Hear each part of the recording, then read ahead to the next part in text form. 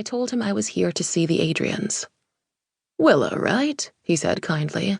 "They're expecting you." He walked me to the elevator and I stepped inside, wanting to stay for a moment before pressing the button, but then I saw him turn a key and press the number 5 before moving back into the lobby. After one short whoosh, the doors opened again, and Natalie was standing in her entryway. Even though I knew they had the whole floor, I wasn't expecting to be inside their home so quickly. I stepped off the elevator, the sun in my eyes, and held my hand up like a visor. I felt the slipperiness of my underarms and elbows and backs of my knees, prickled by the central air. The entryway had more floor space than my bedroom, where I walked 2 steps from bed to dresser to doorway. The living room stretched 1,000,000 feet out in front of me, with floor-to-ceiling windows wrapping around each side, a view of sloping buildings and looming silvery towers. There was a cream-colored sectional couch with space for 10 in front of a gleaming glass coffee table, and a wide dining table past that, with clear lucite chairs neatly tucked around the sides. The last family I had worked for, the Ericsons, had not been this rich. Their apartment in Park Slope was much bigger than mine, but recognizable. It was a place where people lived, a place I could imagine myself into, in some distant future when I had learned to make correct decisions. But this home, the Adriens' home, I would have imagined a literal castle, a gold-walled Versailles before this real-world counterpart, a living room the size of a basketball court in downtown Manhattan. That you could wake up and eat toast in a place like this. When I'd spoken to Natalie on the phone, I'd imagined her imposing and powerful, 5'10" in a pinstriped suit with her hair French twisted. But in reality, she was around my height, 5'3", and dressed like she was going to spin class, black leggings and a matching white exercise tank warm-up jacket set, her glossy brown hair tied in a low ponytail. I hadn't expected her to be so pretty, with big features, wide blue eyes, full lips, and poreless skin.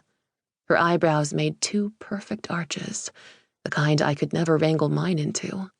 I felt immediately self-conscious, my cheap cardigan trying too hard, the primary colors of my outfit like a kindergarten teacher. "Come on in," she said, "and please take your shoes off at the door." I crouched down to take off my sandals, fumbling with the buckles. "Did you have any trouble getting here? Where do you live again? How long was the commute?" I answered the questions.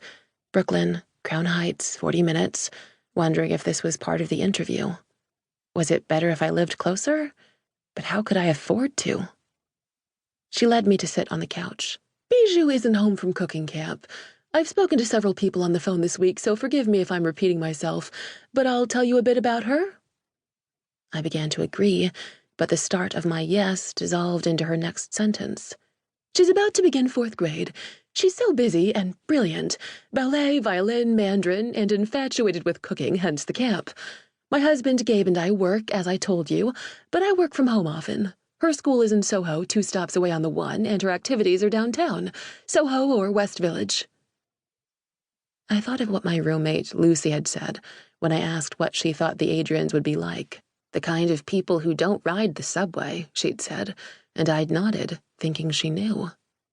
"How long have you lived in New York again?" Natalie asked.